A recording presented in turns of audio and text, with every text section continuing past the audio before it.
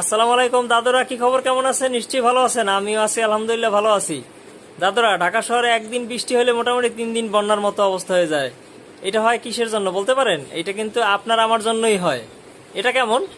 আমরা চিপস যখন খাই বাইরে, আমরা যখন ছোট ছোট কোকের বোতলগুলো খাই, হ্যাঁ, এরপর খাওয়ার পর এগুলো আমরা কি করি? সব কিন্তু বাইরে ফেলাই দিই। আমাদের হাতে যেসব জিনিসপত্র থাকে, টুকরা কাগজ কিংবা অন্যান্য আরো যে জিনিসপত্রগুলো আছে, এগুলো কিন্তু সবই আমরা বাইরে রাস্তাঘাটে ফেলাই দিই। এর ফলস্বরূপ কি হয়? যখন একদিন বৃষ্টি হয়, মোটামুটি 2 দিনের মতো ঢাকা শহর বন্যা হয়ে থাকে। পানি কোথা থেকে পাস হয় না, কিন্তু আমাদের ঢাকা শহরে ড্রেনেজ ব্যবস্থা ভালো আছে, বড় বড় ড্রেন করা আছে। কিন্তু দুঃখের বিষয় কি, এই পানিগুলো তখন আর বের হইতে পারে না। তার ফলস্বরূপ আমরা কিন্তু পানিবন্দী থাকি এবং আমরা ঘরের ভিতরে থাকি, কোথাও বের হইতে পারি না। এবং মাঝে মধ্যে আমাদের ঘরের ভিতরেও কিন্তু পানি ঢোকে। আসেন, যেহেতু আমাদের বাড়ির চারপাশ আমরা নিজেরাই পরিষ্কার রাখি, নিজেই সুন্দর ভালো রাখি,